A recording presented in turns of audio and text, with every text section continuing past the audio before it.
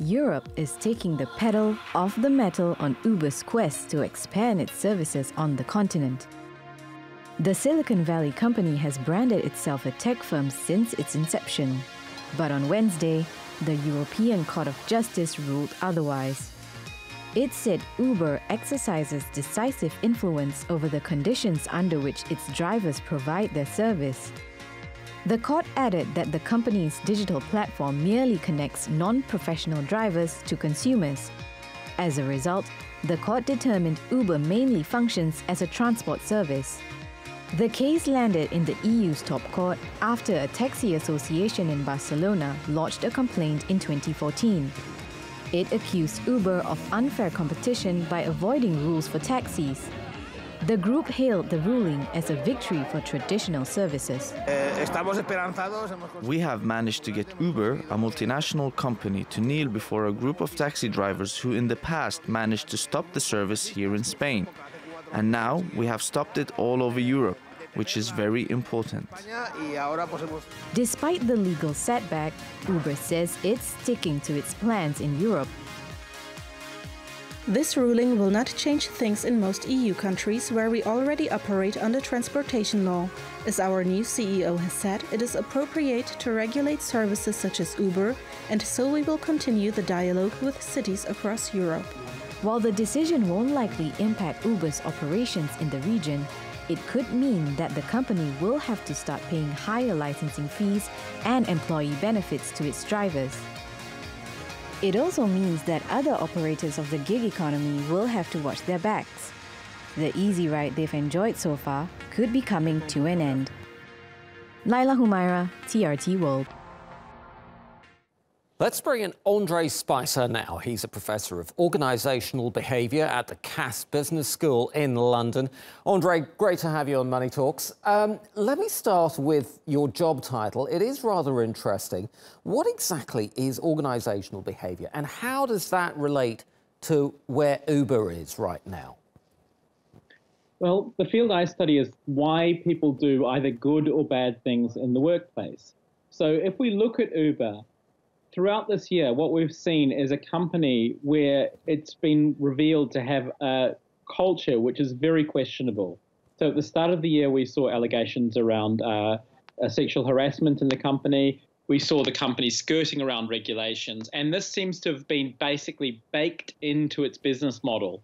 The way in which it kind of operated was to avoid the rules and push forward very aggressively. Now, the new CEO's come in, tried to fix this, but he faces a large challenge in doing that. So that's very interesting. You actually study corporate culture. Now, what are the implications of this ruling for other companies in the gig economy? I mean, I'm thinking of Airbnb, Deliveroo, and a whole host of other Uber lookalikes around the world. Well, if you look at the ruling, what you see is that it points out that Uber is not an intermediation company. It uses these words. It's a transportation company. So this sets up a legal precedent which could be followed by other companies or other people willing to challenge something like Airbnb to say Airbnb isn't an app, or a tech company, it's actually a provider of accommodation. Same thing with a company like Deliveroo. And what that would mean is that then there's actually a level playing field where the rules which apply to one company apply, say, to a normal transport company, begin to apply to Airbnb or to Uber in this case as well.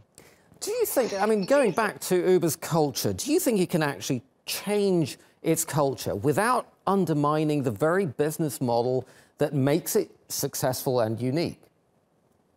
Well, there's a question about how successful Uber is. Sure, customers love it, and it's spread rapidly, but it's losing money hand over fist. Why is that? Well, venture capitalists are putting in lots and lots of money in the hope that it continues to grow. Then they can sell on the firm through an IPO to shareholders. Then the shareholders have got a major problem on their hand of trying to make the company profitable. They can potentially do that in the short term by upping the prices and cutting the amount of money which drivers get, which isn't that much anyway. Or in the longer term, they're hoping to begin to introduce self-driving cars.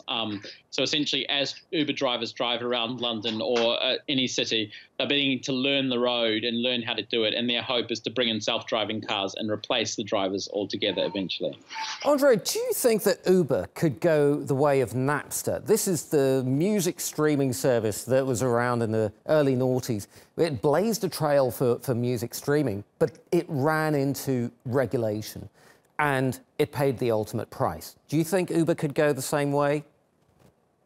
Well, if you see Uber's business model is far more kind of palatable than Napster. Napster basically, no one paid, and there was massive copyright violations. What we're likely to see under the new CEO of Uber is that it becomes more like a traditional company, which means that growth rates are not going to be as fast. It's going to face serious competition across Europe. And it's likely to have to sort of scale back its growth ambitions. In many ways, this is going to be good for consumers in Europe because it will mean that instead of having one big monopoly ride-hailing company, they're going to have a patchwork of different companies which they can choose between. Finally, who are the winners and losers in all of this? I mean, you mentioned the consumers, but do they really win? I mean, the taxi drivers say that consumers are best served by their business model. Well, consumers here in London love Uber. There's no doubt about it. I mean, it's cheap, it's easy, it's quick. The cars are fairly nice to ride in. But that's only the case, as I pointed out, because it's operating at a loss. If they had to start making money like a normal company does, it's likely that one of those parameters is going to change. So things would become a lot more difficult. OK, we will end it there. Andre Spicer of the Cass Business School in London, thank you very much indeed.